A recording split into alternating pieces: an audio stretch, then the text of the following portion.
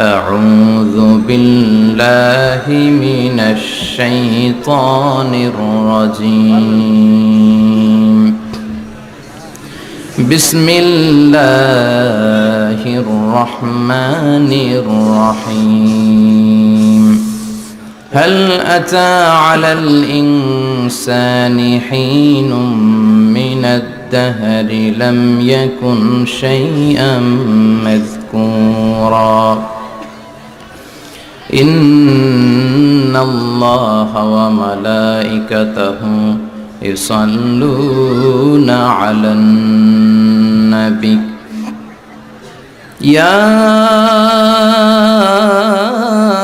أيها الذين آمنوا صلوا عليه وسلموا تسليما اللهم صل على محمد وعلى آل محمد كما صليت على إبراهيم وعلى آل إبراهيم إنك حميد مجيد اللهم بارك على محمد وعلى آل محمد كما باركت على إبراهيم وعلى آل إبراهيم إنك حميد مجيد আপনারা কেমন আছেন সবাই?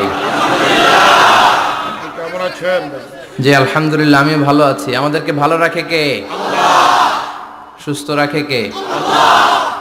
মাঝে মাঝে অসুস্থ বানায় কে? আল্লাহ। এজন্য সব সময় প্রশংসা করতে হবে কার? আল্লাহ। সকালবেলা প্রশংসা কার? আল্লাহ। বিকেলবেলা? আল্লাহ। খাওয়ার সময়? আল্লাহ। ঘুমানোর সময়? আল্লাহ। যৌতুক দেওয়ার সময়? যৌতুক আছে নোয়াখালীতে? যৌতুকের সাথে আমাদের কোনো সম্পর্ক নাই। ইসলাম দিয়েছে মাহার। ওয়াতুন নিসা সাদুকাতিহিন্না নিহলা, সন্তুষ্ট চিত্তে স্ত্রীকে মাহার দাও, সদকাত দিয়ে দাও। শয়তান এসে এই মাহারকে ডিলিট করে ঢুকাইছে যৌতুক, ঠিক কিনা? একটা বর, মুসলিম বর কেমন করে যৌতুক দাবি করে? একটা কন্যা হচ্ছে বাবার জন্য তার কলিজা। আমার 2 মেয়ে আছে আমি জানি, তো মেয়েকে দিল মানে তো বাবা তার কলিজাটাই ছিঁড়ে দিল। তো আপনি শ্বশুরের কলিজা নিয়ে আসছেন, আর কি চান? যৌতুক খাওয়া এটা ভয়ঙ্কর ধরনের অপরাধ। যৌতুক খাওয়ার চেয়ে কুকুরের গোশত খাওয়া ভালো, কারণ কুকুরের গোশত খেলে একটা গুনাহ, হারাম খাওয়ার গুনাহ, আর যৌতুক খেলে ডবল গুনাহ। একে তো যৌতুক খাওয়া হারাম, হারাম খাওয়ার গুনাহ। 2 হচ্ছে শ্বশুরের উপর জুলুম করার গুনাহ। ও জুলমু জুলমাত ইয়াউমাল কিয়ামা, জুলুম, অত্যাচার, oppression in the day of রেজারেকশনে আল্লাহ তাআলা এটাকে আপনার ঘাড়ে চাপাবে, অন্ধকার করে দিবে, আপনি চোখে মুখে কিছুই দেখবেন না। এজন্য যৌতুকের সাথে আমাদের কোনো সম্পর্ক নাই। দেখবেন যারাই যৌতুক খায় এদের ঘরে কিলাকিলি আছে না নাই? বউয়ের সাথে ভালোবাসা বিনিময় করতে পারে না, ঠিক কি না?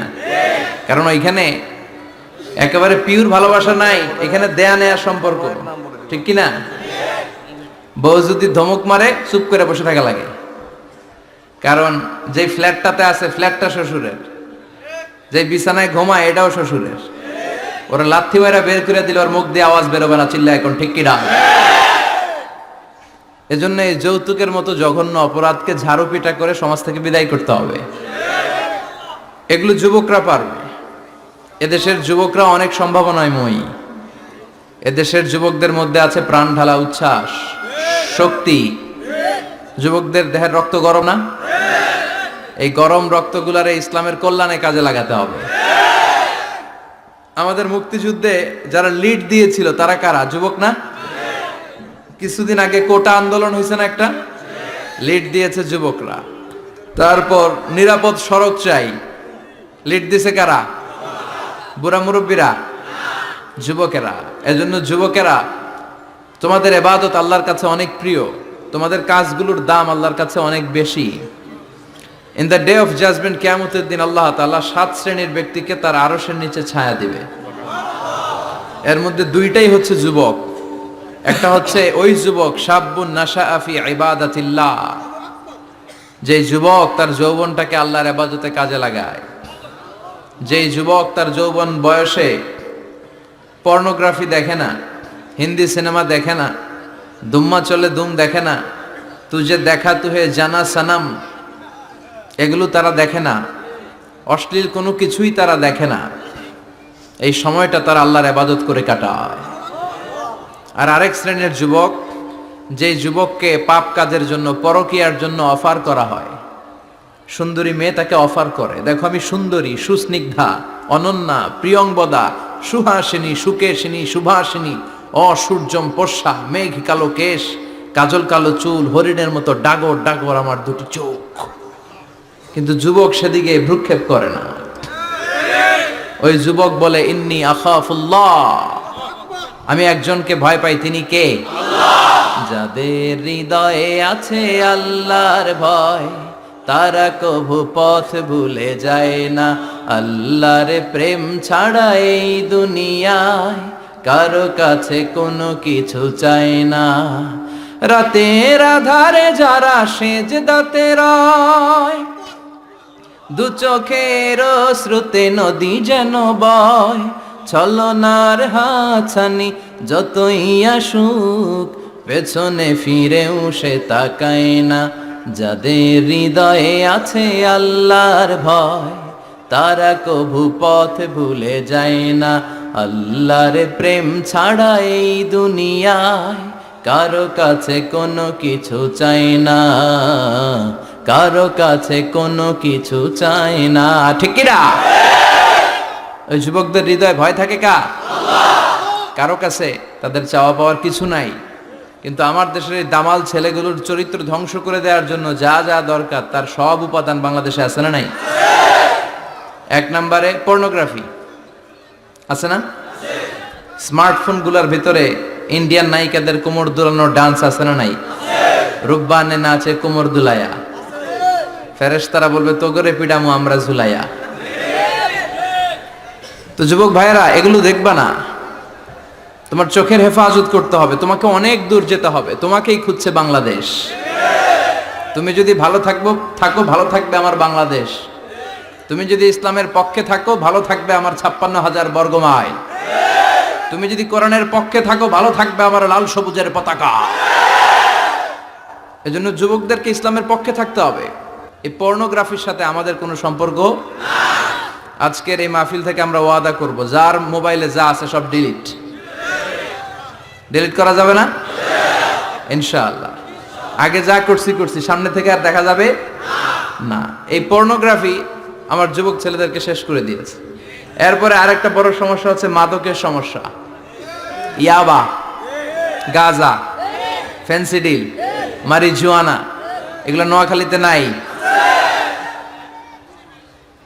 এই ইয়াবা আগে ছিল ইউনিভার্সিটি লেভেলে ছেলেরা খেত, তারপরে নামলো কলেজে, এখন এটা প্রাইমারি স্কুলের ছেলেদের হাতেও পৌঁছে গিয়েছে। ভয়ঙ্কর অবস্থা।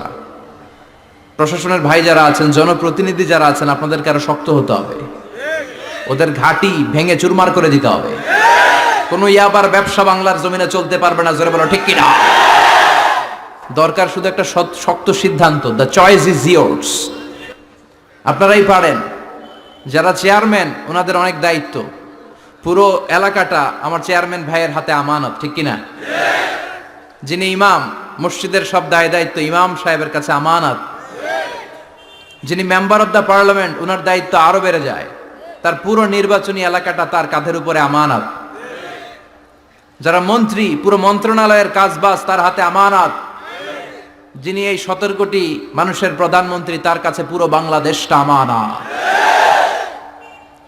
এজন্য যুবকদেরকে এই মাদকের সাথে যাতে পরিচয় না ঘটে, এরকম একটা পরিবেশ বাংলাদেশে করতে হবে।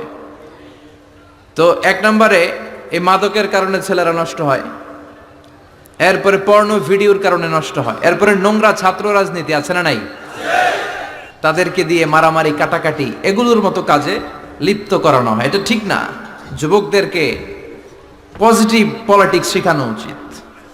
এদেশে পজিটিভ পলিটিক্সের একটা ট্রেন্ড চালু করা দরকার, যেখানে মারামারি, কাটাকাটি থাকবে না। মেধার ভিত্তিতে ক্যাডার নিয়োগ হবে, ঠিক কিনা?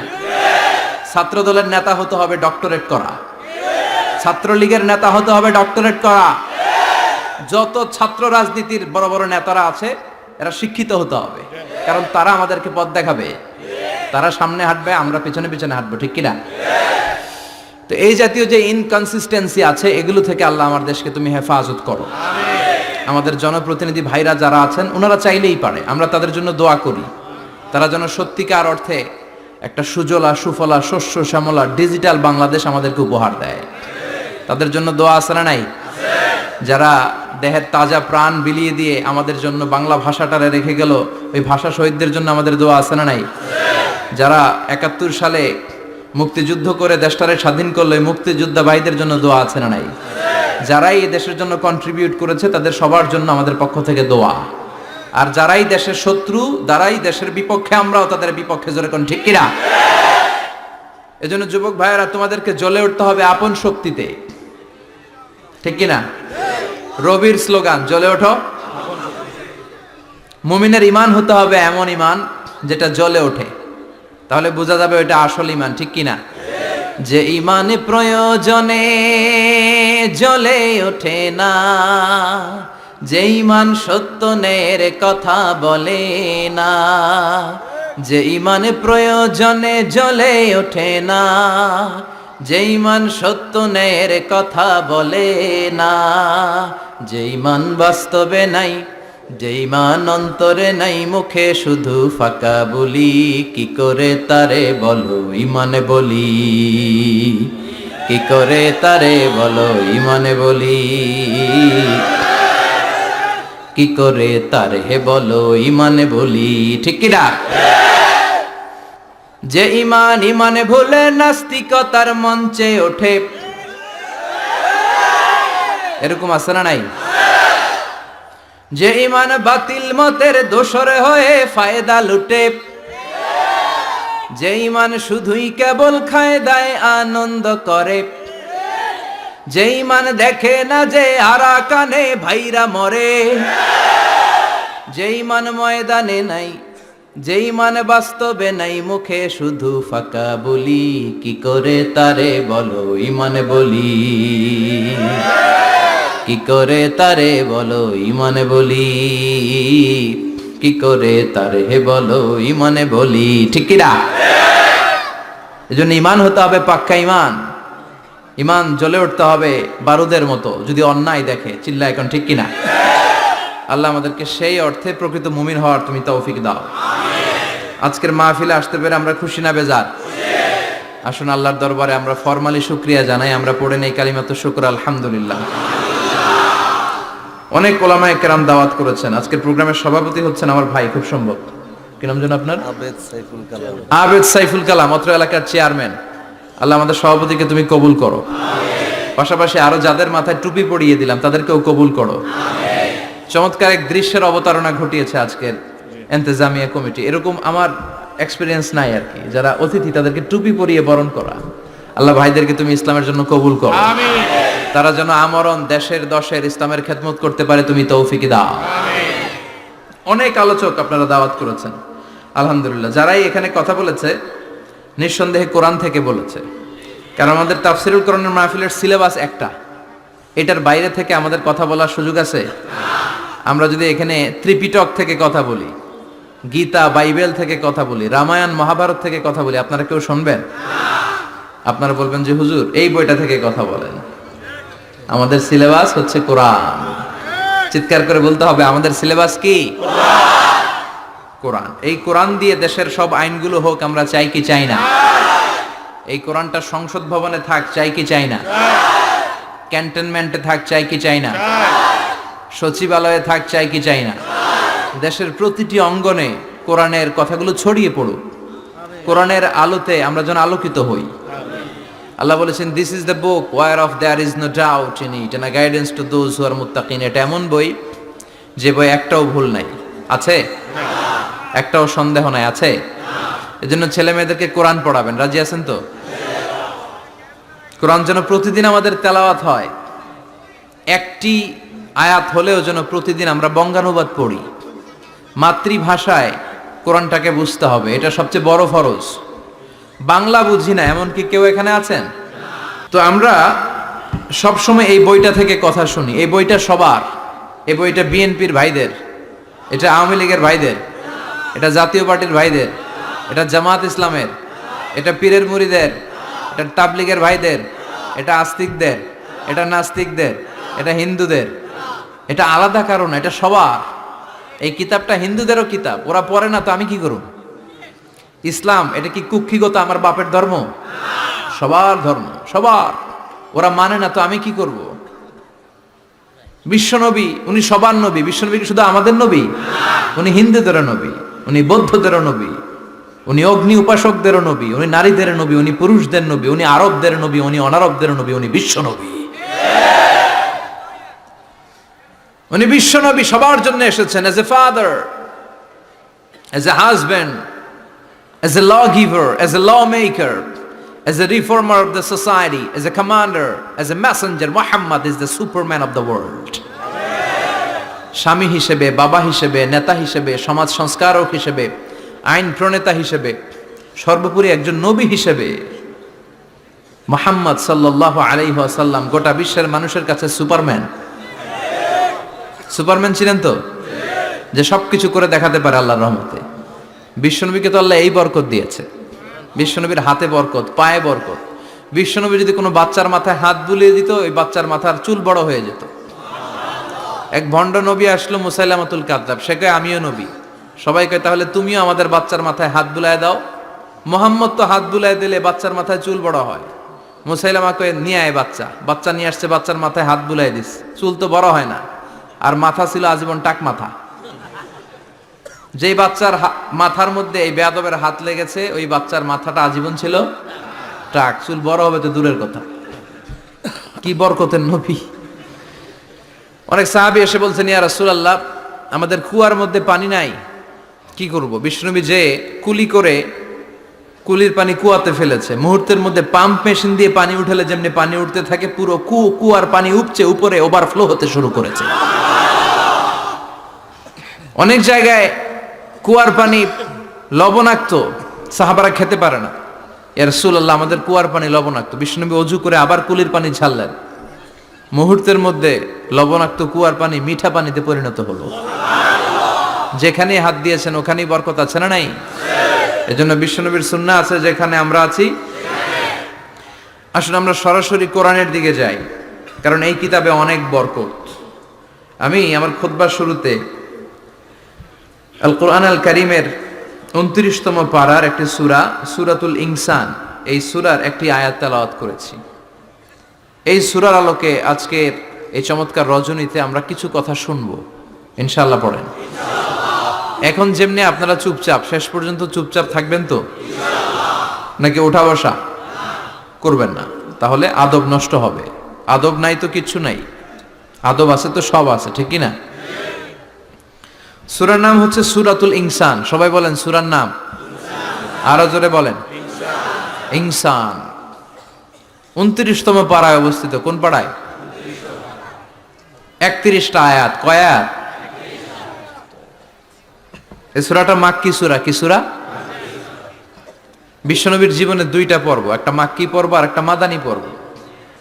হিজরতের আগে যে সূরা নাজিল হয়েছে এগুলো মাক্কি, হিজরতের পরে যা নাজিল হয়েছে এগুলো মাদানী।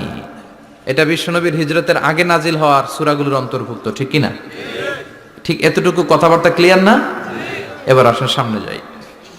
সূরাতুল ইনসানই শুধু সূরাতুল ইনসানের নাম নয়, এছাড়াও এ সূরার আরেকটা নাম আছে, সে নামটা হচ্ছে সূরাতুদ দাহার। হাফেজ আছো কারা কারা? দেখি হাত তোলো।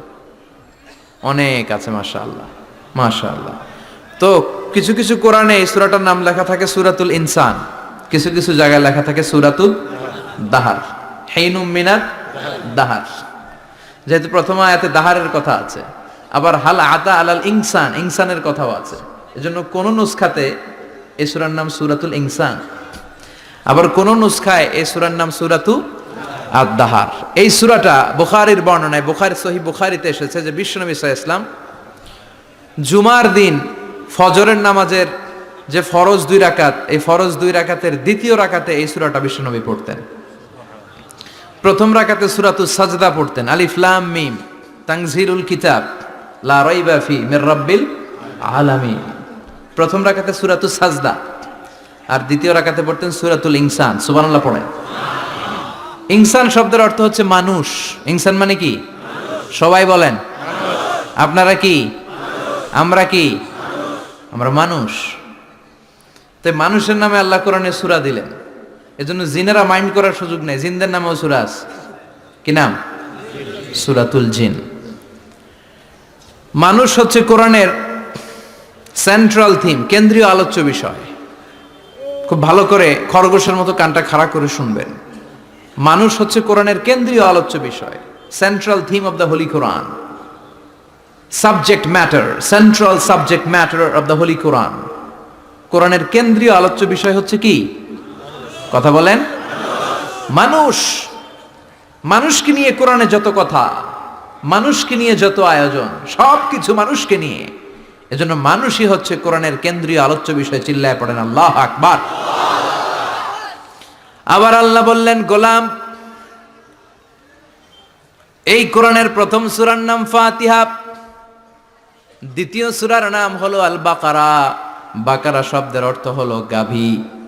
আর এই কোরআনের সর্বশেষ সূরার নাম হলো সূরাতুন নাস। নাস মানেও মানুষ। আল্লাহ বুঝাতে চাইলেন, কোরআন শুরু করেছি প্রাণীর নামে একটা সূরা দিয়ে, আর এই কোরআনটারে শেষ করেছি মানুষের নামে একটা সূরা দিয়ে। তার মানে এই কোরআনটা যদি ভালোভাবে হৃদয়ঙ্গম করতে পারো, তোমাদের মধ্যে পশুত্বের যে প্রবৃত্তি আছে, পশুত্ব দূর হয়ে তুমি মানুষের মতো মানুষ হয়ে যাবা। কোরআন পড়লে আপনার মধ্যে পশুত্ব থাকবে না, আপনি মানুষ হবেন, মানুষের মতো মানুষ। কিসের মতো? এই পৃথিবীতে মানুষ হওয়া সবচেয়ে কঠিন, মানুষের বড় অভাব। অনেকে বলবেন, কি বললেন হুজুর, পৃথিবীতে প্রায় 600 কোটি মানুষ, আর আপনি কোন মানুষের অভাব? আসলে 600 কোটি যা দেখা যায় এগুলো মানুষ না, এগুলো জনসংখ্যা। এজন্য বলা হয় বাড়ছে জনসংখ্যা, কমছে মানুষ। বাড়ছে কি কমছে কি?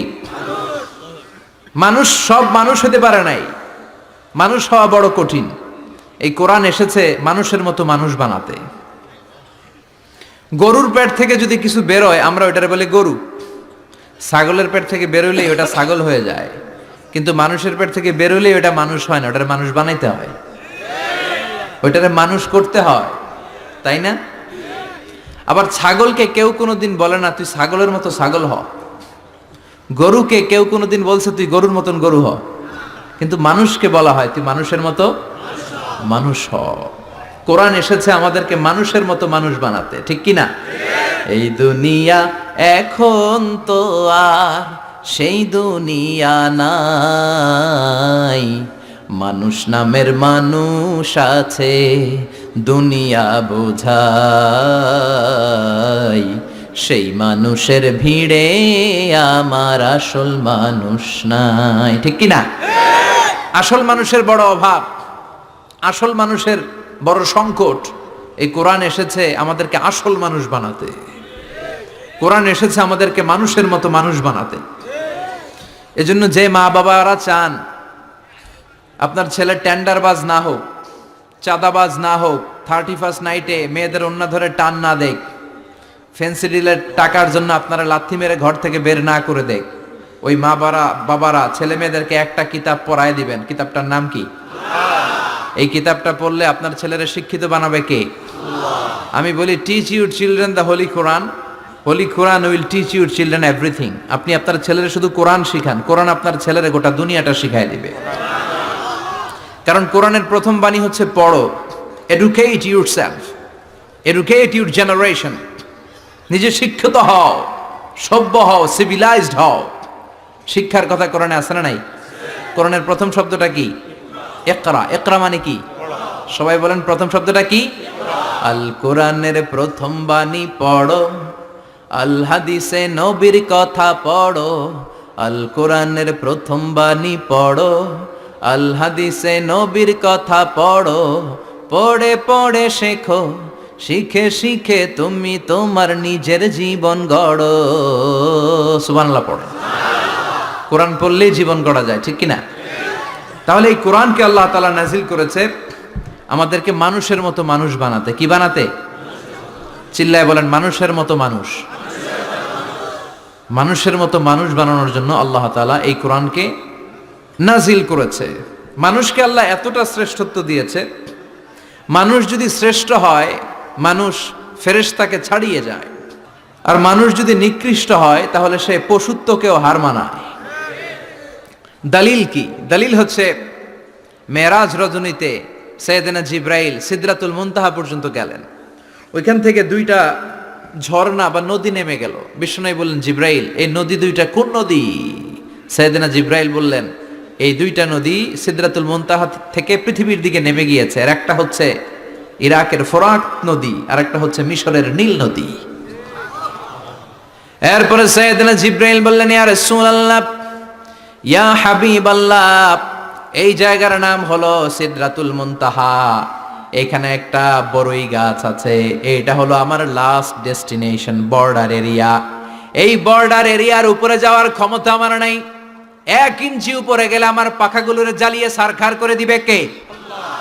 সৃষ্টির শুরু থেকে আজ পর্যন্ত যত নবীর কাছে আমি ওহী নিয়ে দুনিয়ার বুকে নাজিল হয়েছি গো নবী, এই সিদরাতুল মুনতাহায় কান লাগিয়ে আল্লাহর কথা শুনেছি, আজ পর্যন্ত আমিও আল্লাহরে দেখি নাই। নবী গো, আমি তো আল্লাহরে দেখি নাই, এটা আমার লাস্ট এরিয়া।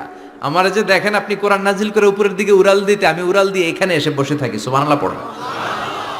এর উপরে আমি যেতে পারবো না, পাখাগুলো জ্বলে যাবে, যাওয়ার পারমিশন নাই। তবে আপনারে পারমিশন দিছে কে? আল্লাহ। আমি এইখানে দাঁড়িয়ে রইলাম, আপনার মিটিং আল্লাহর সাথে শেষ করে আপনি নেমে আসেন গো নবী।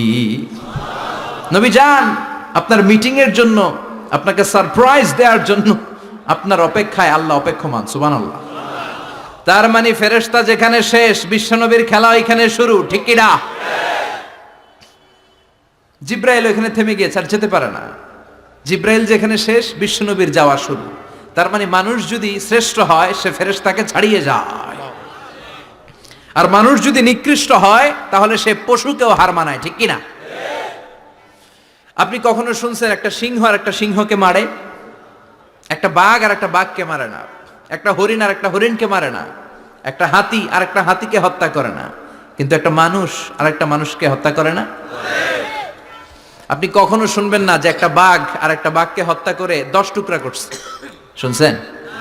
একটা হাতি আর একটা হাতিকে মেরে 30 টুকরা করছে? শুনছেন? কিন্তু মানুষ আর একটা মানুষকে শুধু নৃশংসভাবে হত্যাই করে না, হত্যা শেষে তাকে 10 টুকরা করে, 15 টুকরা করে, 30 টুকরা করে বস্তাবন্দি করে। চিল্লা এখন ঠিক কিনা? পাওয়া যায় না এরকম লাশ? গুম করে ফেলছে, ক্রস ফায়ার করে ফেলছে, মেরে ফেলছে, হাত পা বেঁধে, চোখের রশি বেঁধে বস্তার ভিতরে ভরে ক্ষেতের মধ্যে ফেলে দিস। 3 দিন 4 দিন পর এরকম লাশটা ফুলে উঠছে, পাওয়া যায় না? পত্রিকায় বিভৎস লাশ দেখে আমরা অবাক হই। কোন প্রাণী এমনটা করে না, মানুষ মানুষকে মেরে টুকরা টুকরা করে। একটা ছাগল বনের সব ছাগলগুলোরে মেরে ফেলতে চায় না, একটা হাতি ওই জঙ্গল থেকে সব হাতিগুলোকে শেষ করে দিতে চায় না, কিন্তু মানুষ আগুন জ্বালিয়ে জনপদের পর জনপদ ছারকার করে দেয়, গুলি মেরে এলাকার পর এলাকা ঝাঁঝরা করে দেয়। দ্বিতীয় বিশ্বযুদ্ধের সময় আমেরিকা জাপানের 2টা সিটিতে 2টা বোমা মেরেছে, হিরোশিমা নাগাসাকি। হিরোশিমাতে মেরেছে লিটল বয়, নাগাসাকি শহরে ফেলেছে ফ্যাট ম্যান। যে পাইলটগুলো বোমা মারতেছে নিচে, ওই পাইলটগুলো মানুষ না? মানুষ।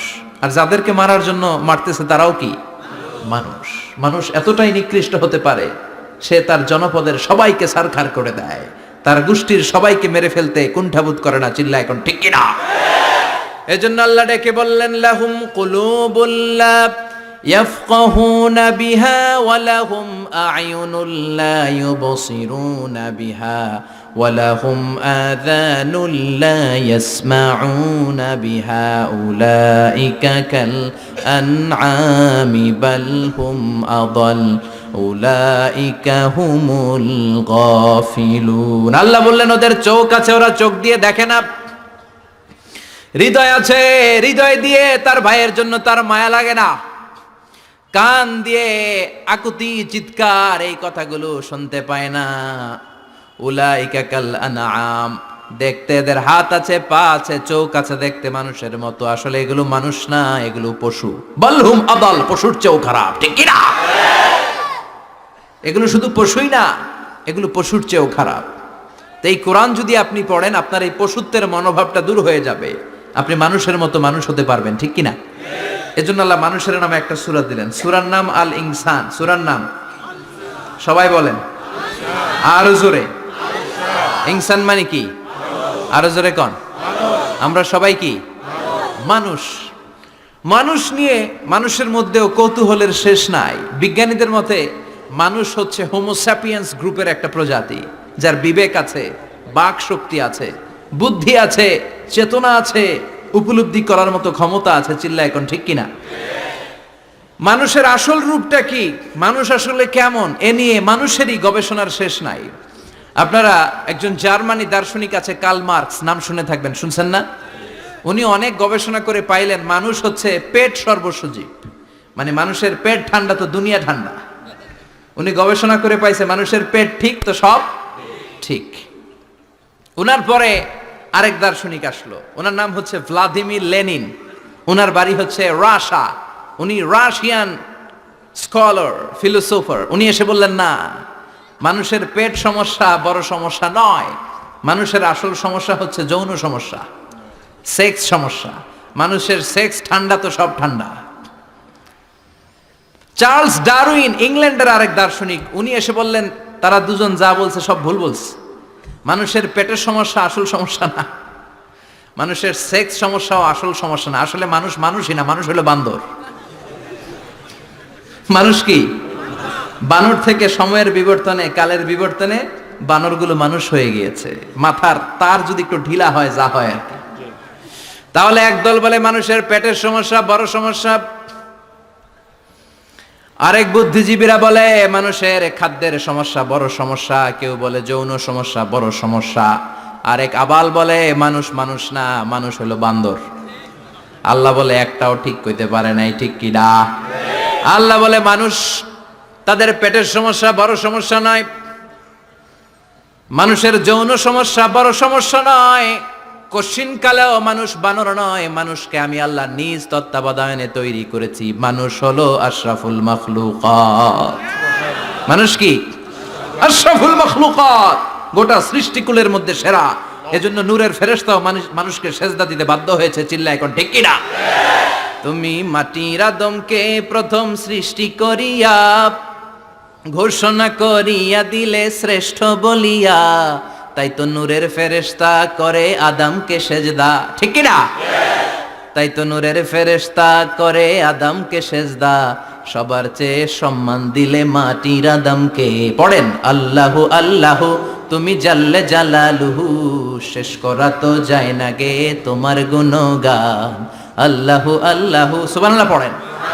আল্লাহ বলেন পেটের সমস্যা সমস্যা, কিন্তু আসল সমস্যা না। মানুষের যৌন সমস্যা বড় সমস্যা, কিন্তু আসল সমস্যা না। মানুষ বানর নামের প্রজাতির ভেতর দিয়ে মানুষ হয় নাই, মানুষকে আমি নিজে তৈরি করেছি। মানুষকে আমি আশরাফুল মাখলুকাত বানিয়েছি। সুবহানাল্লাহ। বুখারীর বর্ণনা, লাম্মা খালাকাল্লাহু আদামা ওয়া কানা তুলুহু 60 যিরাআন। আল্লাহ যখন সাইয়েদনা আদমকে তৈরি করলেন 60 হাত লম্বা করে তৈরি করলেন। কয় হাত? আপনি কয় হাত? আমি কয় হাত? আমরা কয় হাত? কিন্তু আদম ছিল কয় হাত? সুবহানাল্লাহ কইবেন না? আপনারাও যখন জান্নাতে প্রবেশ করবেন, বুখারীর ওই বর্ণনাতে এসেছে মানুষরা যখন জান্নাতে প্রবেশ করবে প্রতিটা মানুষ 60 হাত লম্বা হয়ে প্রবেশ করবে। এই দুনিয়াতে দাড়ি রাখার জন্য বিশ্বনবী আদেশ করেছেন, কিন্তু জান্নাতে যারা যাবে এদের দাড়িও থাকবে না, মোছও থাকবে না, গায়ের মধ্যে পশমও থাকবে না। সুবহানাল্লাহ বাড়িতে গিয়া চিৎকার করে পড়েন আল্লাহু আকবার। তার মানে মানুষ হলো আশরাফুল মাখলুকাত, গোটা বিশ্বের মধ্যে সেরা। আল্লাহ বললেন আদমকে আমি নিজ হাতে তৈরি করেছি। লাম্মা খালাকাল্লাহু আদামা ওয়া কানা তুলুহু 60 যিরাআন, 60 হাত লম্বা করে আদমকে বানিয়েছি। আদমকে সব সৃষ্টির মধ্যে শ্রেষ্ঠত্বের মানদণ্ডে উন্নীত করে আদমকে আমি আশরাফুল মাখলুকাত বানিয়েছি। সুবহানাল্লাহ। আমরা আশরাফুল মাখলুকাত, ভালো লাগে না শুনতে? আমরা হচ্ছি খলিফাতুল্লাহি ফিল আরদ, ইন্নী জাইলুন ফিল আরদি খলিফা। আল্লাহ বলেন আমি দুনিয়াতে আমার আদেশ বাস্তবায়নের জন্য, লি ইজরাই আহকামিল্লাহি ওয়া তানফিযি আওয়ামিরিল্লাহ, আল্লাহর আদেশ আল্লাহর নিষেধ জমিনের বুকে পালন করার জন্য মানুষকে আমি খলিফা বানিয়েছি। কার কথা? চুরি করলে হাত কেটে দাও, কার আইন? নাকি মাননীয় প্রধানমন্ত্রী শেখ হাসিনার আইন? এই দেশের বানানো আইন। চুরি করলে হাত কাটো, কথাটা কার? السارق والسارقة فاقطعوا أيديهما جزاء بما كسبا نكالا من الله والله عزيز حكيم. If anyone steal something very precious from the society, the government should cut down his right hand. দামি কিছু চুরি করলে এটা সাক্ষীর দ্বারা সাব্যস্ত হলে গভর্নমেন্টের উচিত তার ডান হাতটা এক কোপ মেরে কেটে দেয়া। কার কথা? বানু মখজুমিয়া গোত্রের এক মেয়ে মদিনাতে চুরিতে ধরা পড়ল। অনেক বড় ফ্যামিলির, ডিগনিফাইড শিল্পপতির মেয়ে। সাহাবারা বলল, এই মেয়ের হাত যদি বিশ্বনবী মদিনায় কেটে দেয়, মদিনাতে তো মারামারি লেগে যাবে। কে বলবে বিশ্বনবীর কাছে যে সুপারিশ করার ক্ষমতা কারো নাই? বিশ্বনবীর পালক পুত্র উসামা বিন যায়েদ ইবনে হারেসা, তার ছেলে উসামা পালক পুত্রের ছেলে, তাকে বিশ্বনবী বড্ড ভালোবাসতো। তার উপাধি হলো হুব্বু রাসূলিল্লাহ, বিশ্বনবীর ভালোবাসা। সবাই বলল, উসামা আমরা যে বলতে পারবো না, তুই যে নবীরে সুপারিশ কর। ও নবী, যদিও চুরি করেছে মেয়েটা, সাব্যস্ত হয়েছে, কিন্তু আপনি মাফ করে দেন, হাত কেটে দিয়েন না। উসামা যে বলে, নবী হাত কেটে দিয়েন না। বিশ্বনবীর চেহারাটা আগুনের গোলার মতো লাল হয়ে গেল। বিশ্বনবী বললেন, উসামা এটা আল্লাহর আইন, সুপারিশ করার সাহস তোর বুকের ভিতরে দিল কে? কে দিয়েছে স্পর্ধা? লাউ আন্না ফাতিমাতা বিনতে মুহাম্মদ সারাকাত লাকাতা মুহাম্মাদুন ইয়াদাহা। এই মেয়ে তো দূরের কথা, আমার কলিজার টুকরা, নয়নের পুটুলি, জান্নাতি নারীদের সর্দারণী আমার মেয়ে ফাতেমাও যদি চুরিতে ধরা পড়ে, আমি তলোয়ারটা বের করে ফাতেমার হাত কেটে দিতে এক সেকেন্ডও দেরি করব না। কারণ আইনটা কার? চিল্লায় বলেন কার? এজন্য বাংলাদেশের চুরি চামারি আসার নাই, হাজার হাজার কোটি টাকা উধাও হয়ে যায়, আছে না নাই? আমাদের মাননীয় প্রধানমন্ত্রী যদি এই নিয়ম করে দেয়, যারাই চুরি করবে হাত কেটে দেয়া হবে। বাইতুল মুকাররমের স্কয়ারের সামনে হাত কেটে দেয়া হবে। আর প্রতিটা চ্যানেল লাইভ ব্রডকাস্ট করবে, এটা সরাসরি সম্প্রচার, আমরা সবাই দেখবো কেমনে চোরদের হাত কাটে। এই নিয়ম যদি আমাদের মাননীয় প্রধানমন্ত্রী করে দেয়, দেশে আর চোর খুঁজে পাওয়া যাবে? কথা কন। তবে এই চোর লাউ চোর, ডাইল চোর, মুরগি চোর না, যারা হাজার কোটি টাকা মেরে দেয়। এক সিগনেচারে দেশের 10,000 কোটি টাকা নাই, চিল্লায় বলো ঠিক কিনা? এই চোরদের বিচার যদি করা যেত, তাহলে এই দেশে আর দুর্নীতি থাকতো না। দুর্নীতি দমন কমিশনের দরকার হতো না। মন্ত্রীদের রাতের ঘুম হারাম হতো না। এটা মদিনার সমাজ হয়ে যেত, শান্তির বাংলাদেশ হয়ে যেত, ঠিক কিনা? এজন্য আল্লাহ বললেন, গোলাম এই জমিনের ভেতরে চুরি করলে হাত কেটে দিবা, জিনা ব্যভিচার করলে ডেথ পেনাল্টি, ক্যাপিটাল পানিশমেন্ট, মৃত্যুদণ্ড, সর্বোচ্চ শাস্তি, ঠিক কিনা? আপনাদের নোয়াখালীর কোথায় যেন একটা মেয়ে ধর্ষিতা হয়েছে, সুবর্ণচর, এটার বিচার হয়েছে না? প্রক্রিয়াধীন হচ্ছে, সবাই অ্যারেস্ট হচ্ছে। এজন্য ইসলাম দিয়ে যদি আইন কায়েম করা হয়, 24 ঘন্টার আলটিমেটামে সব বিচার হয়ে যাবে, যেরকম ঠিক কিনা? ইসলাম বলে চোরের হাত কেটে দাও। জেনা ব্যভিচার করলে ডেথ পেনাল্টি, সৌদি আরবে হেড অফ করে, গলা কেটে ফেলে। বাংলাদেশেও যদি এটা করা যেত, খবর হয়ে যেত, আর কোন ধর্ষক বাংলার জমিনে জন্মাতো না, চিল্লায় বলো ঠিক কিনা? আল্লাহ বলেন, আমি মানুষকে খলিফা বানিয়েছি আমার এই হুকুম আহকামগুলো বাস্তবায়নের জন্য। সব সৃষ্টিকুলের মধ্য থেকে মানুষকে আমি বানিয়েছি আশরাফুল মাখলুকাত। আবার মানুষকে বানিয়েছি আমি আমার খলিফা। আবার মানুষের চেহারাটা আমি আল্লাহ সব চাইতে সুন্দর করে তৈরি করেছি। সুবহানাল্লাহ। লাকাদ খালাকনাল ইনসানা ফি আহসানি তাকওয়িম। আমি মানুষের চেহারাটা সব চাইতে চমৎকার অবয়ব দিয়ে তৈরি করেছি রে গোলাম। সুবহানাল্লাহ। পৃথিবীতে যত প্রাণী আছে সব সৃষ্টির মধ্যে থেকে আমাদের সৃষ্টিটা সুন্দর না? আপনি হিউম্যান অ্যানাটমি নিয়ে যদি গবেষণা করেন, কেমনে আল্লাহ আমাদের এখানে হার্ট দিলেন, লাঞ্চ দিলেন, হ্যাঁ, তারপরে 206টা হাড্ডি দিলেন, হাড্ডিগুলো আবার ব্যান্ড করা যায়, দেখছেন? বাঁকা করা যায় না? এটা বাঁকা করা যায়। বাঁকা না করলে আপনি খাইতে পারতেন? ক্রিকেট যারা খেলো, পেস বল করতে পারতা? স্পিন বল, হ্যাঁ, অফিস স্পিন, লেগ স্পিন, কয় হুজুরও জানে কেমনে রে, তোর থেকে শিখছি বেটা। তো এই যে ছেলেপেলারা এরকম অফ স্পিন করে, লেগ স্পিন করে, এগুলো হচ্ছে আল্লাহর দেয়া কারিশমা। হাত ঘুরানো যায়। আল্লাহ যদি এটাকে এরকম ব্যান্ড করার সুযোগ না দিতেন, করতে পারতাম? আবার এইখানেও বাঁকা করার সুযোগ আছে না নাই? এইখানেও আছে না নাই? আবার এইখানেও আছে না নাই? কত কাজ। বাজার করে যখন বাজারের ব্যাগ যখন নিয়ে আসেন, কোথায় ধরে রাখেন? আঙ্গুলে ধরে রাখতে হয়। ক্যারাম যখন খেলো, কি দিয়ে টোকা মারো? সুবহানাল্লাহ কয় না পোলাপান? আহা, কত খেলার সিস্টেম আল্লাহ দিলেন। আবার ক্রিকেটের মধ্যে 2 আঙ্গুল তুললে কি? ওই যে সব মুখস্থ। আবার 1 আঙ্গুল তুললে কি? দেখছেন ঘটনা? আউট। কত কাজ এই আঙ্গুল দিয়ে। এই আঙ্গুলগুলোর বাঁকা করার, বেন্ড করার ক্ষমতা আমাদেরকে দিয়েছে কে? আল্লাহ। এজন্য আল্লাহ বললেন, লাকাদ খালাকনাল ইনসানা ফি আহসানি তাকওয়িম। আমি মানুষের চেহারাটা সব চাইতে সুন্দর করে তৈরি করেছি। মানুষ সুন্দর, আমাদের চোখ সুন্দর না মিয়া? আমাদের চোখও যদি সুন্দর হতো তাইলে আমরা বুঝতাম মানুষগুলো কত সুন্দর। আমরা মনে করি ধলা হইলেই সুন্দর। কয় ধলা ধলা, এটা সুন্দর। ডাকাইত, এগুলো ডাকাত। একটা মানুষের চেহারা স্কিন যদি কালো হয়, এর মধ্যে একটা সৌন্দর্য আছে না নাই? একটা মেয়ের স্কিন যদি কালো হয়, তারপরও চেহারায় সৌন্দর্য আছে না নাই? কয় না হুজুর, আমার বউ সুন্দর না, কালা কালা। আছে না নাই? তুই ডাকাইত। তুই কি? একজন মানুষের চেহারা যেরকমই হয়, আপনি খেয়াল করে দেখবেন, তারপরও তার অবয়বের মধ্যে একটা এক্সট্রা অর্ডিনারিটি আছে। কারোর সাথে কারোটা মিলে না। সুবহানাল্লাহ পড়েন। এজন্য প্রতিদিন স্ত্রীরে বলবেন, স্ত্রী তুমি সুন্দরী, তুমি অনন্যা, তোমার চাইতে সুন্দরী গোটা বিশ্বে কেউ নাই। কইবেন না? মুরব্বীরা কয় না, কইতাম না, আগে কইয়া ফেলাইছি। এগুলো বলবেন। এগুলো বললে স্বামী স্ত্রীর মধ্যে ভালোবাসা বাড়াই দিবে কে? আল্লাহ। আমি প্রায় এগুলো বলি, উৎসাহিত করি যে স্বামী স্ত্রীর মধ্যে যে ভালোবাসাটা, এটা পবিত্র, এটা জান্নাতি। এই ভালোবাসা জান্নাতে শুরু হয়েছিল সাইয়েদনা আদম আর হাওয়ার মধ্য দিয়ে। চিল্লা এখন ঠিক কিনা?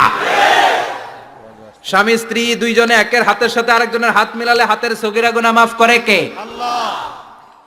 স্ত্রীর চেহারার দিকে নজর করে তাকালে চোখের গুনাহ মাফ করে দেয় কে? আল্লাহ। স্ত্রীর জন্য প্রতি মাসে যে খরচ দেন, এই টাকাগুলো সদকা দেওয়ার সওয়াব আছে না নাই? আছে।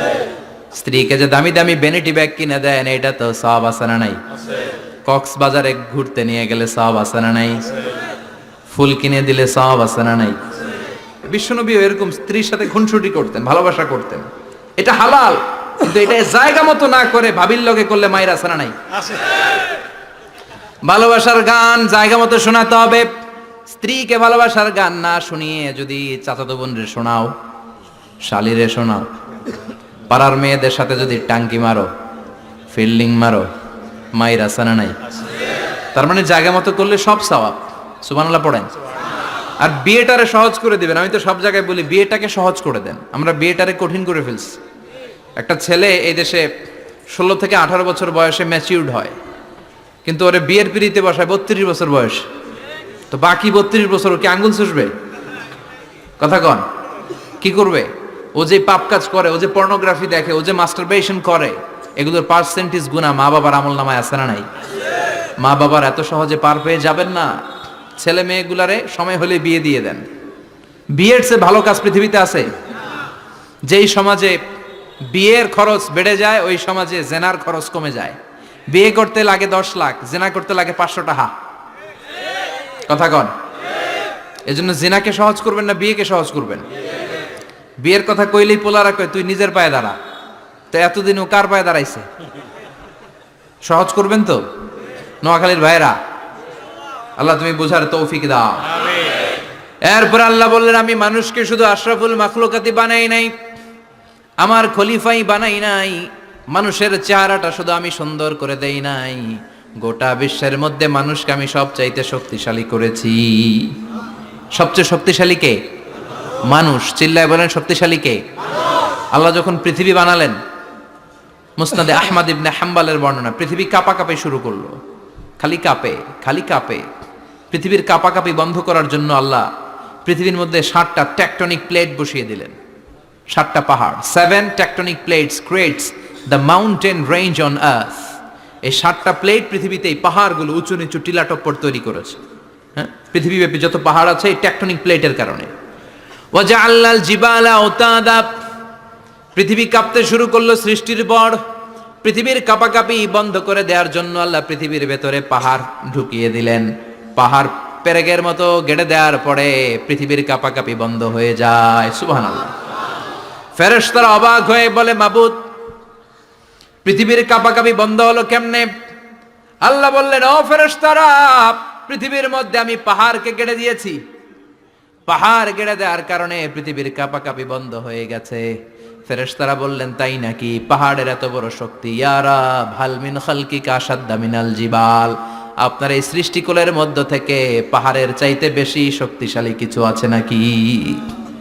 আল্লাহ বললেন, হ্যাঁ আছে। পাহাড়ের চাইতে শক্তিশালী হচ্ছে আল হাদিদ, মানে লোহা। পাহাড়ের চেয়ে শক্তিশালী কি?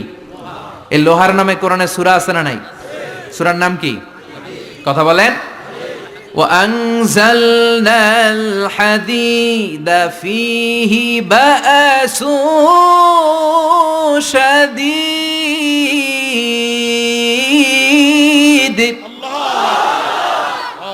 আমি আকাশ থেকে জমিনের মধ্যে হাদিদ মানে লোহা পাঠিয়েছি। লোহার মধ্যে আছে প্রচন্ড শক্তি।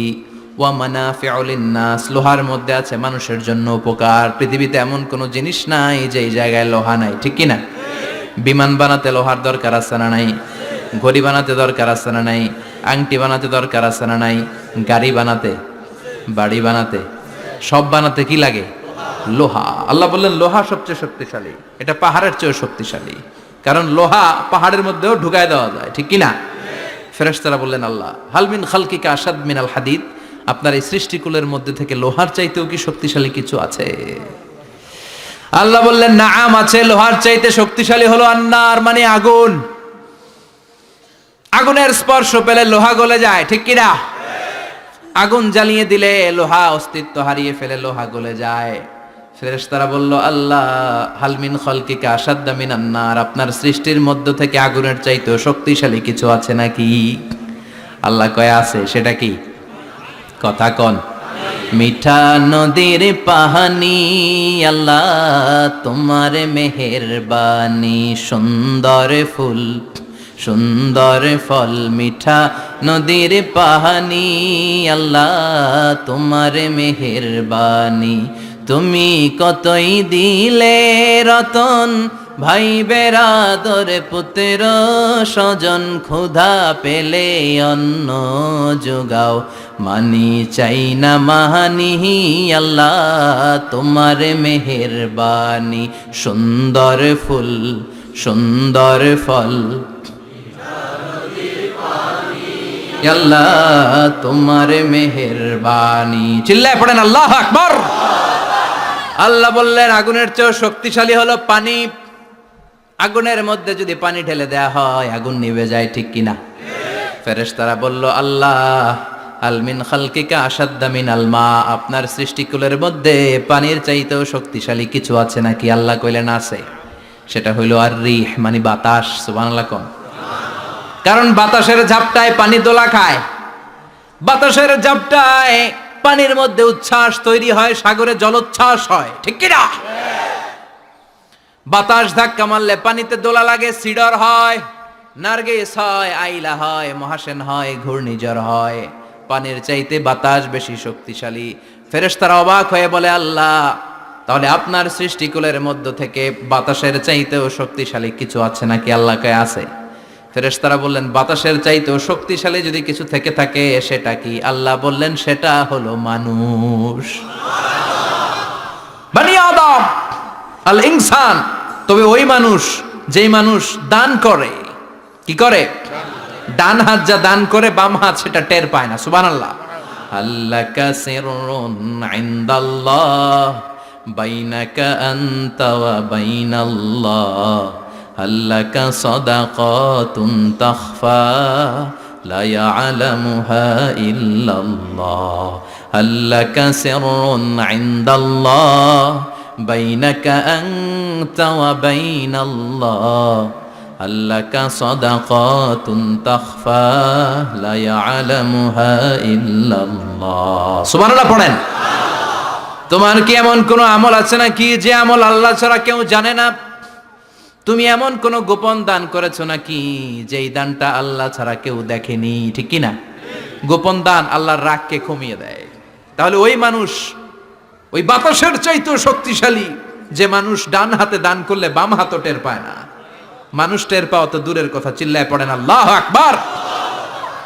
এজন্য আল্লাহ বললেন, মানুষকে আমি আশরাফুল মাখলুকাত বানালাম, মানুষকে আমি আমার খলিফা বানালাম, মানুষের চেহারাটা সুন্দর করলাম, আবার মানুষকে আমি সব চাইতে শক্তিশালী করে বানালাম।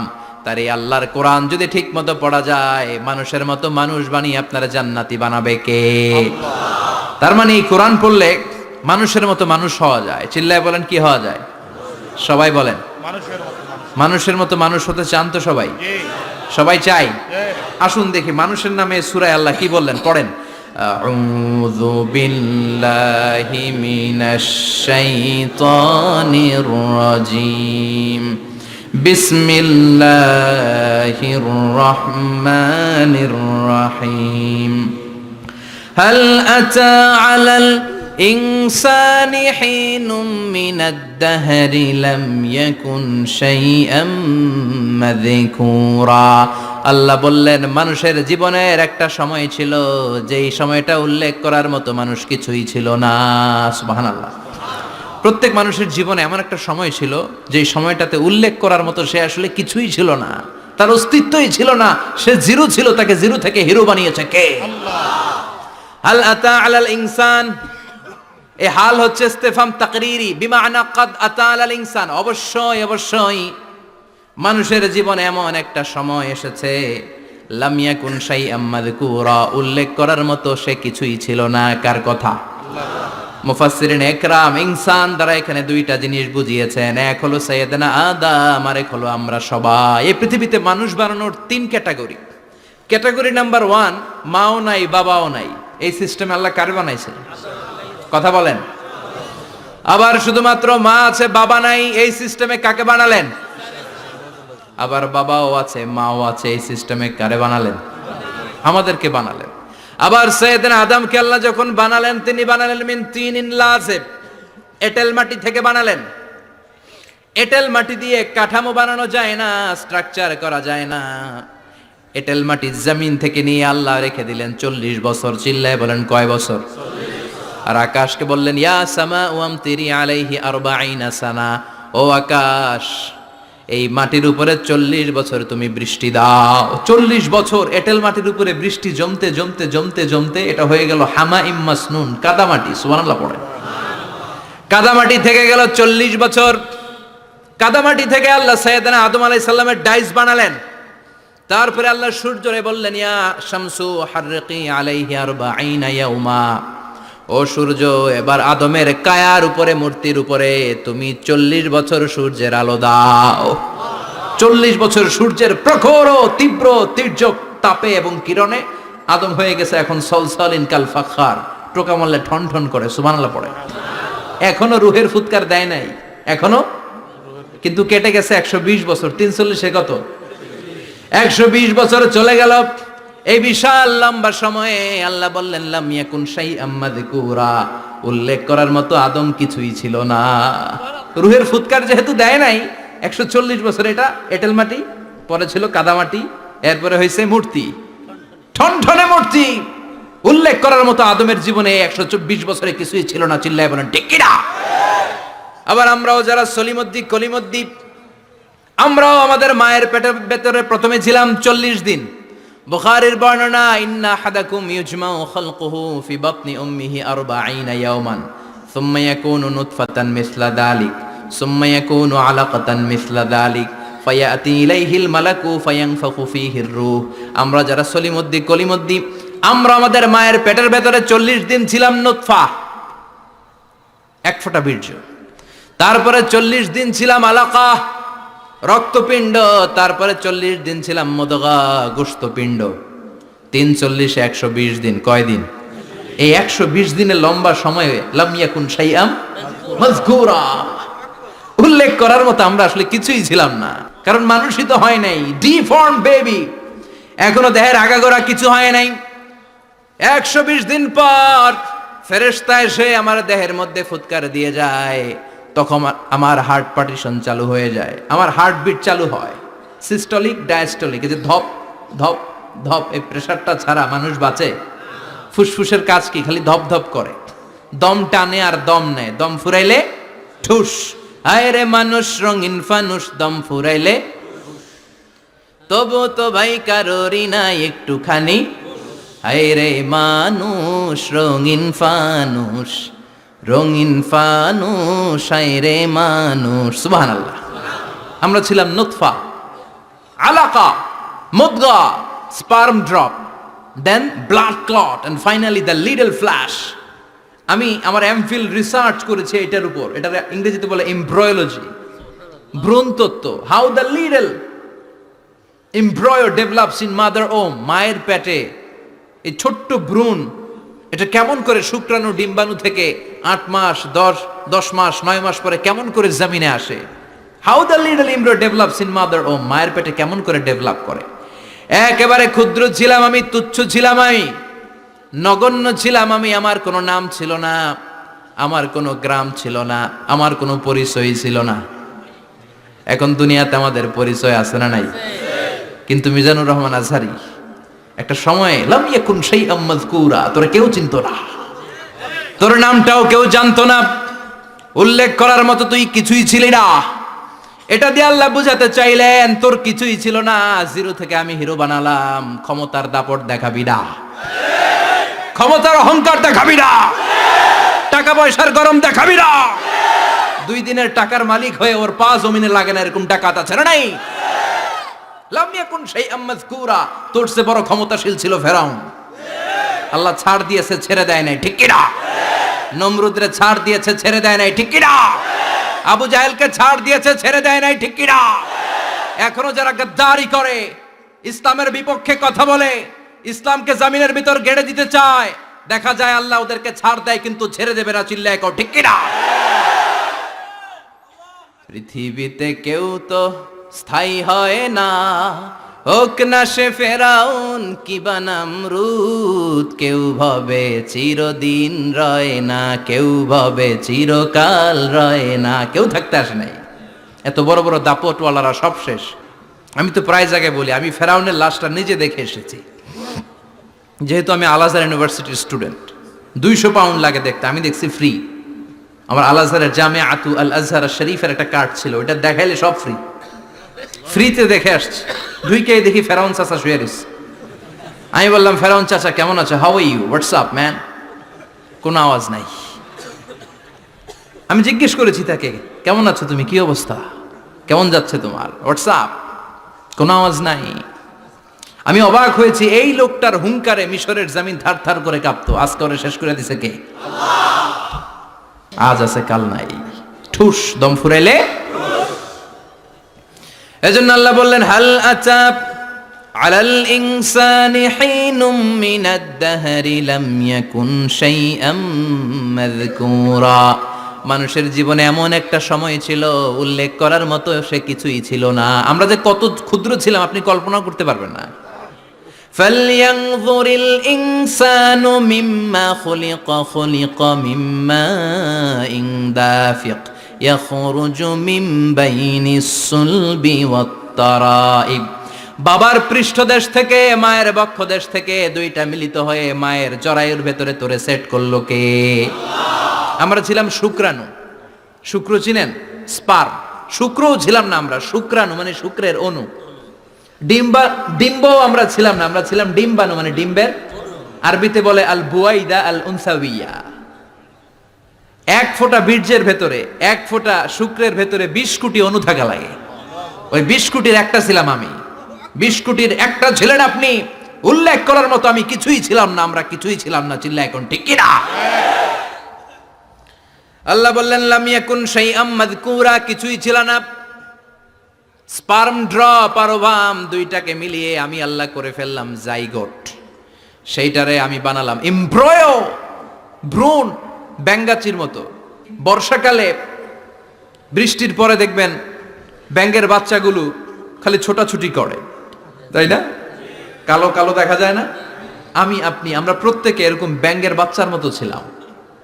হাত পা তো দূরের কথা, ব্যাঙ্গের বাচ্চার মতো ছিলাম। মায়ের জরায়ুর দেয়ালে লেপ্টে ছিলাম। আমাদের হাত ছিল না, আমাদের পা ছিল না, কিচ্ছু ছিল না। সেখান থেকে আল্লাহ আমাদেরকে বড় করতে লাগলেন। এরপরে আমরা হয়ে গেলাম ফেটাস, ডেভেলপড স্টেজ। 120 দিন পরে আল্লাহ তাআলা আমাদের রুহের ফুৎকার দিলেন, আমার হার্ট দিলেন, আমার লাংস দিলেন, আমার গল ব্লাডার দিলেন, আমার কিডনি দিলেন, আমার লিভার দিলেন, আমার ইন্টেস্টাইন দিলেন, আমার দেহের ভিতরে তিনি রক্ত ঢুকিয়ে দিলেন। আমার কলবের এই ধাক্কা ধাক্কি শুরু হয়ে গেল। আল্লাহ বললেন এই কলবটা সব চাইতে দামি অঙ্গ, কলবের মধ্যে জিকির ভরতে হবে কার? লা ইলাহা ইল্লাল্লাহু মুহাম্মাদুর রাসূলুল্লাহ সাল্লাল্লাহু। কলবের ভেতরে ভরতে হবে আল্লাহর জিকির। অনেকেই কলবের ভেতরে ভরে আয়না, আছে না নাই? আয়না বসাইয়া দে মোর দয়াল বাবা কেল্লা কাবা, আহেনার কারিগর আয়না বসাইয়া দে মোর। তোর বাবার কলবেই তো আয়না নাই, তোরই কি আয়না দিবে বেটা? বিশ্বনবী কখনো বলেছেন কলবে আয়না বসাতে? বিশ্বনবীর সাহাবারা কলবে বসাতে হবে আল্লাহর জিকির। আলা বিযিক্রিল্লাহি তাতমাইন্নুল। দুনিয়ার কোনো কিছু কলবকে ঠান্ডা করতে পারে না, একমাত্র আল্লাহর জিকির ছাড়া। চিল্লা এখন ঠিক কিনা? এজন্য আল্লাহ বললেন হাল আতা আলাল ইনসানি হিনুম মিনাদ দাহরি লাম ইয়াকুন শাইআম মাযকুরা। প্রতিটা মানুষের জীবনে এমন একটা সময় ছিল উল্লেখ করার মতো কিছুই ছিলাম না। এই আয়াতটা যখন ইসলামের প্রথম খলিফা বিশ্বনবীর ডান হাত সাইয়েদনা আবু বকর পড়তেন, তিনি শুধু কান্না করতেন, চোখের পানি ফেলতেন আর বলতেন লাইতাহা তাম্মাত, হায় হায় আমার পুরো জীবন যদি এভাবেই কেটে যেত। লাম ইয়াকুন শাইআম মাযকুরা, মায়ের পেটের ভিতরে যখন ছিলাম, কিছুই যখন ছিলাম না, এরকমই যদি থাকতাম কতই না ভালো হতো। লা নাবতালি ওয়ালা নালিদ, জন্মগ্রহণ করতাম না, পরীক্ষার সম্মুখীন হতাম না, জীবনটা যদি এমনিই কেটে যেত কতই না ভালো হতো। এজন্য আল্লাহ বললেন প্রতিটা মানুষের জীবনে এমন একটা সময় ছিল উল্লেখ করার মতো সে কিছু ছিল না। এরপর আল্লাহ বললেন ইন্না খলাকনাল ইনসানা মিন নুতফাতিন আমশাজিন নাবতালি ফাজআলনাহু সামিআন বাসীরা। নিশ্চয় আমি মানুষকে জমাট বাঁধা মিশ্রিত নুতফা থেকে তৈরি করেছি। বাবার শুক্রাণু মায়ের ডিম্বাণু দুইটাকে মিলিয়ে দিল কে? জরায়ের ভিতরে সেট করলো কে? আল্লাহ বললেন ফি কারারিম মাকিন, গোপনতম প্রকোষ্ঠে, যেই প্রকোষ্ঠে কোনো কবিরাজের কবিরাজি কাজে লাগে নাই, কোনো ডাক্তারের ডাক্তারি কাজে লাগে নাই, কিন্তু 9টা মাস ধরে খাবার পানি আর অক্সিজেন তোরে দিছে কে? আল্লাহ। আবার আল্লাহ বললেন ফি যুলুমাতিন সালাস, 3টা প্যাকেট পড়িয়ে তোরে আমি রেখেছি, যতটুকু টেম্পারেচারে রাখলে তুই বেঁচে থাকবি ততটুকু টেম্পারেচারে তোরে রেখেছে কে? এজন্য আল্লাহ বললেন মিন নুতফাতিন আমশাজিন নাবতালি, তারপরে তোকে আমি পরীক্ষা করতে শুরু করলাম দুনিয়ায়। দুনিয়াতে আমাদের জন্য পরীক্ষা আছে না নাই? যে আল্লাহর কাছে যত প্রিয় তার পরীক্ষাও তত আসাদুন নাসি বালাআন আল আম্বিয়া। দুনিয়ার মধ্যে সব চাইতে বেশি আল্লাহ পরীক্ষা করেছেন নবীদের, ঠিক কি না? সাইয়েদনা ইউসুফ আলাইহিস সালাম 10 বছর জেলে বন্দী ছিলেন, বিশ্বনবী 3 বছর জেলে বন্দী ছিলেন। শিয়াবে আবি তালেবের জেলখানায় বিশ্বনবী ছিলেন কি ছিলেন না? এজন্য জেল জরিমানা মুমিন ভয় পায় না, ঠিক কি না? আল্লাহ বললেন নাবতালি, তোকে আমি পরীক্ষা করব ভয় দিয়ে, ক্ষুধা দিয়ে, সম্পদের হানি ঘটিয়ে, প্রাণ নাশের হুমকি দিয়ে। ইসলামের কথা বলা এত সোজা না। আপনি ইসলামের কথা বলবেন, আপনার বিরুদ্ধে ষড়যন্ত্র আছে না নাই? কিন্তু এগুলো দেখার আমাদের সময় আছে নাকি? আমরা কোরআনের কথা বলেই যাব, কোরআনের শান্তির বাণী বিশ্বব্যাপী আমরা ছড়িয়েই দিব, ঠিক কি না? আল্লাহ বললেন সামিআন বাসীরা, এরপরে তোরে আমি চক্ষুষ্মান বানালাম, তোকে আমি কান দিলাম, চোখ দিয়ে দেখার সুযোগ দিলাম। চোখ আমাদেরকে দান করেছে কে? এই দুটি চোখ দিয়েছ বলে দেখি যে কত অপরূপ, নয়নাভিরাম খেতে খামারে জুড়াই জ্বালা বিধুর ধূপ, তোমার দেয়া চোখের শুকুর জানাবো তার ভাষা কই, যতই দেখি ততই যেন পলক ছাড়া চেরই, ঠিক কি না? নেয়ামত আর নেয়ামত, এই দু চোখ দিয়ে দেখি, এজন্য আল্লাহ বললেন আলাম নাজআল লাহু আইনাইনি ওয়া লিসানাও ওয়া শাফাতাইনি ওয়া হাদাইনাহুন নাজদাইন। ও বান্দা, তোরে কি আমি চোখ দেই নাই? তোরে কি আমি জিহ্বা দেই নাই, ঠোঁট দেই নাই? চোখ দিয়েছে কে? আল্লাহ। কখনো ভাবছেন কি নিয়ামত নিয়ে আমরা ঘুরে বেড়াই? যার চোখ নাই সে জানে চোখ না থাকার কি জ্বালা। 2 মিলিমিটার ডাইমেনশনের ছোট্ট এই চোখ নিয়ে আমার ভাইরে আমি যেমনে দেখি, আবার দূরের সূর্যের দিকে তাকালেও একই অ্যাঙ্গেলে দেখি, ঠিক কি না? ক্যামেরার মধ্যে অনেক দূরের জিনিস দেখা যায় না, কিন্তু এই চোখ দিয়ে লক্ষ কোটি মাইল দূরে থাকা তারা নক্ষত্রগুলোকেও দেখা যায়, ঠিক কি না? এই ক্যামেরার ভেতরে জুমিং পাওয়ার যদ্দূর আছে, কমসে কম তার 20 গুণ জুমিং পাওয়ার আল্লাহ চোখের ভেতরে দিয়েছে। ক্যামেরাতে যে পরিমাণ মেগাপিক্সেল আছে তার চেয়ে কয়েকশো গুণ বেশি মেগাপিক্সেল আল্লাহ চোখের ভেতরে ঢুকিয়ে দিয়েছে।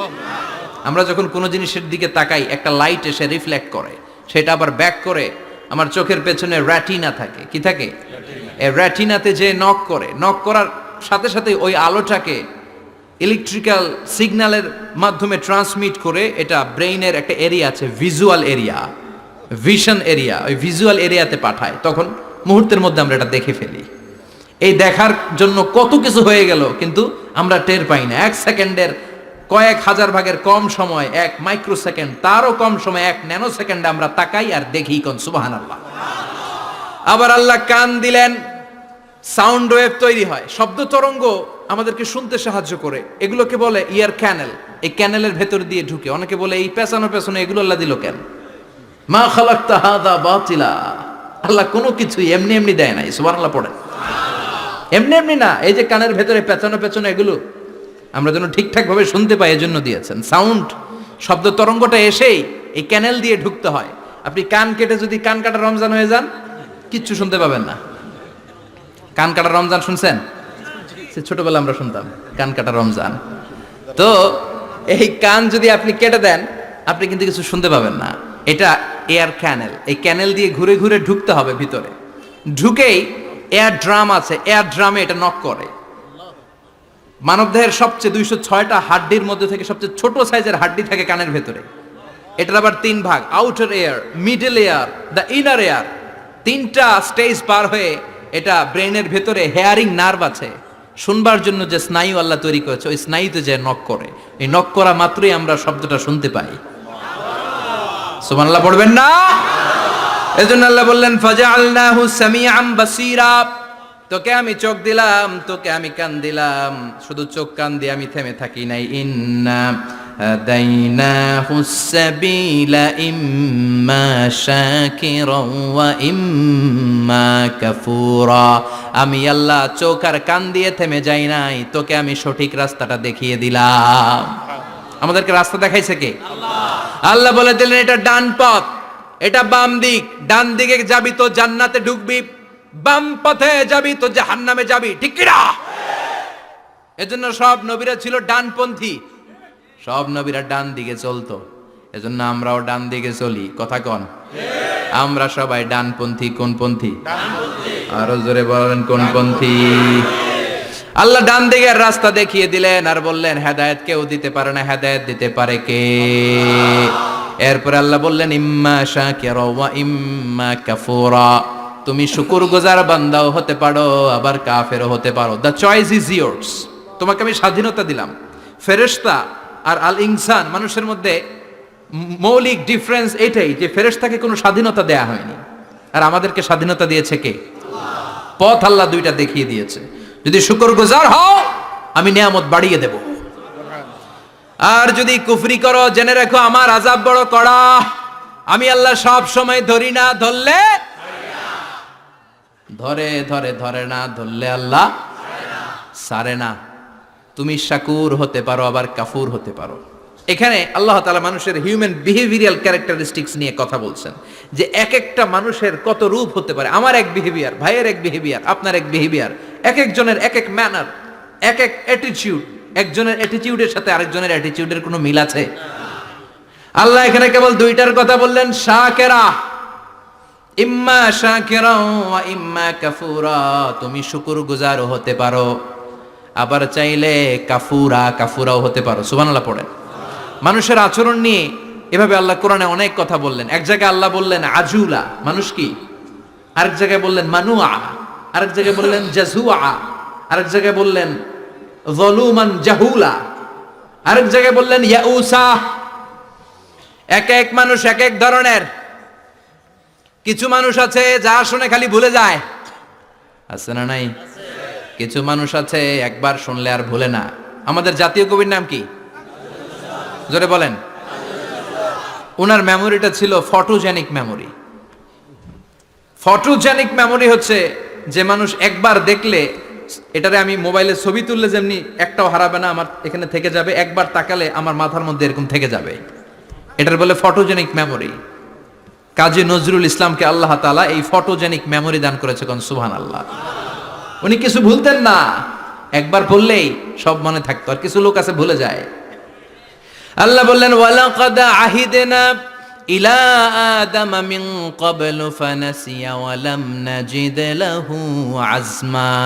আমি আমার প্রথম মানুষ, প্রথম নবীকে একটা আদেশ করেছিলাম, কিন্তু আদেশ পালন করতে আদম সেটা ভুলে গেছে। ওয়ালাম নাজিদ লাহু আজমা, এই আদেশ পালনে তাকে আমি দৃঢ় চিত্ত পাই নাই। পাইবো কেমনে? ভুলে গেছে। তো বাপ বললে পোলারা বলবে না?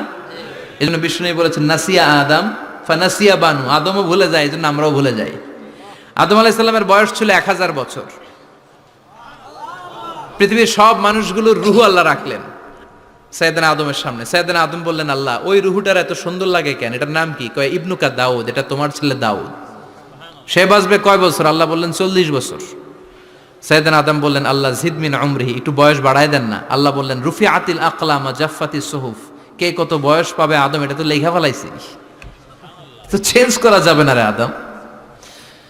সাইয়েদনা আদম বললেন, আল্লাহ আমার 1000 বছরের দরকার নাই, আমার 1000 থেকে 60 নিয়ে আমার ওই ছোট্ট ছেলেটারে দাউদ রে আপনি 40-এর সাথে 60 মিলাই 100 করে দেন।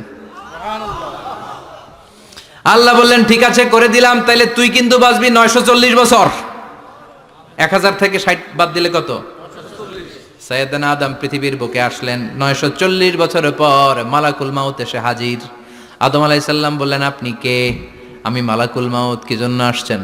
কয় জিইতু আন আকবাদা রূহাক, আপনার রুহু কবজ করতে আসছি। কয় কেন আসছেন? কয় আপনার 940 বছরে হায়াত শেষ, রুহু নিয়ে যাব। কয় না, আমি বাঁচুম 1000 বছর। মালাকুল মাউত বলে, আরে আপনি তো 60 বছর দান করে আসছিলেন রুহুর জগতে, ছেলেরা দেখে খুশির ঠেলায় 60 বছর দিয়া দিছেন আদমকে, আমার মনে নাই, ভুইলা গেছি, ভাগো, আমি আরো 60 বছর বাঁচুম। ভুইলা গেছি।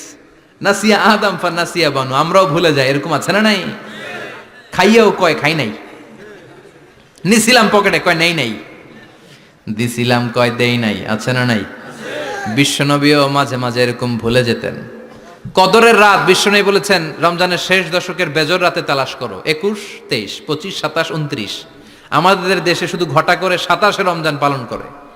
আপনি 27 তারিখে আবাদত করলেন, বাকি 4টা অড নাইট বেজর রাতে যদি আবাদত না করেন, হতে পারে ওই বছরের কদর ছিল 21-এর রাতে, হতে পারে না? তখন আপনি কপাল পোড়া, সব শেষ। এজন্য বুদ্ধিমানের কাজ হচ্ছে সবগুলা বেজর রাত্রিতে সমান তালে আবাদত করা। বিশ্বনবীকে আল্লাহ তাআলা কদরের রাত আসলে কোনটা জানিয়ে দিয়েছিলেন। সাহাবীদেরকে জানানোর জন্য বিশ্বনবী ঘর থেকে বের হলেন। ফাতালাহা ফুলান ওয়া ফুলান, ঘর থেকে বের হওয়ার পরে বিশ্বনবী দেখলেন 2 বেড়া ঝগড়া লাগছে। ওই 2 জনের ঝগড়ার দিকে বিশ্বনবী মনোযোগী হলেন। হঠাৎ করে কোন তারিখের কথা আল্লাহ বললেন বিশ্বনবী ভুলে গেলেন। বিশ্বনবী বলেন ফারুফিআত নাসিতু, কদরের রাত কোন রাত আল্লাহ আমার কইছিল, কিন্তু ঝগড়া দেখে আমি ভুলে গেছি। আবার বিশ্বনবী কোরআন পড়তে পড়তে আয়াত ভুলে যেতেন। আল্লাহরে বলছেন, আল্লাহ আল্লাহুম্মা যাক্কিরনা মিনহুমা নুসিনা ওয়া আল্লিমনা মিনহুমা জাহিলনা। ও আল্লাহ, কোরআনের যা আমি ভুলে যাই আমারে স্মরণ করিয়ে দেন, আর যেটা আমি বুঝতে পারি না সেটাকে বোঝার মতো ক্ষমতা আমার দেন। আল্লাহ বললেন সানুকরিউকা ফালা তানসা, ও নবী আজকে থেকে এমন ভাবে কোরআন তোমার সিনার ভেতরে ঢুকায় দেব, মরণের আগের দিন পর্যন্ত কোরআনের একটা আয়াত ভুলবা না। এজন্য কিছু মানুষ আছে ভুলে যায়, আবার কিছু মানুষ আছে ডবল স্ট্যান্ডার্ড। কি করে? Double standard. আল্লাহ এদের নাম দিয়েছে মুযাবযাবিন, নেহি এদার নেহি ওদার, দারমিয়ান মে সদর বদর। এরা ডানেও যায় না বায়েও যায় না, এরকম কিছু কিসমতের লোক আছে না নাই? নৌকা চিনেন? 2 নৌকায় পাড়া দিলে যে অবস্থা, এদের অবস্থাটা ওই রকম। দুই নৌকায় পাড়া দিয়ে বেশিক্ষণ থাকা যায়? কথা বলেন, বেশিক্ষণ থাকা যায় না। হয় এই নৌকায় উঠতে হবে, না হয় ওই নৌকায় উঠতে হবে। এরা দুমুখ সাপের মতো, এদের ভিতরে এক বাইরে আরেক, এর নাম মুনাফেক। চিল্লায় বলেন, ভিতরে এক বাইরে আরেক, এর নাম। এদের দৃষ্টান্ত হচ্ছে মধু হই হই বিষ হাবাইলা। বলে মধু, খাওয়ায় কি? এরা উপর দিয়া ফিটফাট, ভিতর দিয়া সদরঘাট। চেনেন সবাই? তা আমরা মুজাবজাবিন হতে চাই না, আমরা মানুষের মতো মানুষ হতে চাই। সূরাতুল ইনসানের শিক্ষা হচ্ছে লাম ইয়াকুন শাইআম মাযকুরা। একটা সময় ছিল আমাদের জীবনে উল্লেখ করার মতো আমরা কিছুই ছিলাম না। এজন্য সব সময় বিপদে আপদে ভরসা রাখতে হবে একজনের উপর। চিল্লায় বলেন, তিনি কে? আল্লাহ। আর ছেলে মেয়েদেরকে এই কোরআনটা শিখায় দিতে হবে। এই কোরআন শিখায় দিলে ছেলেমেয়েরা মানুষের মতো মানুষ হবে। কি হবে? সবাই বলেন, কি হবে? আল্লাহ পাক আমাদের সবাইকে কথাগুলো বুঝার ও আমল করার তৌফিক দান করুক। আমরা পড়ি আমিন। নিয়মিত ইউটিউব ভিডিও দেখতে সাবস্ক্রাইব করুন। নতুন নতুন ভিডিও পেতে ঘন্টা বাটনটি চাপুন।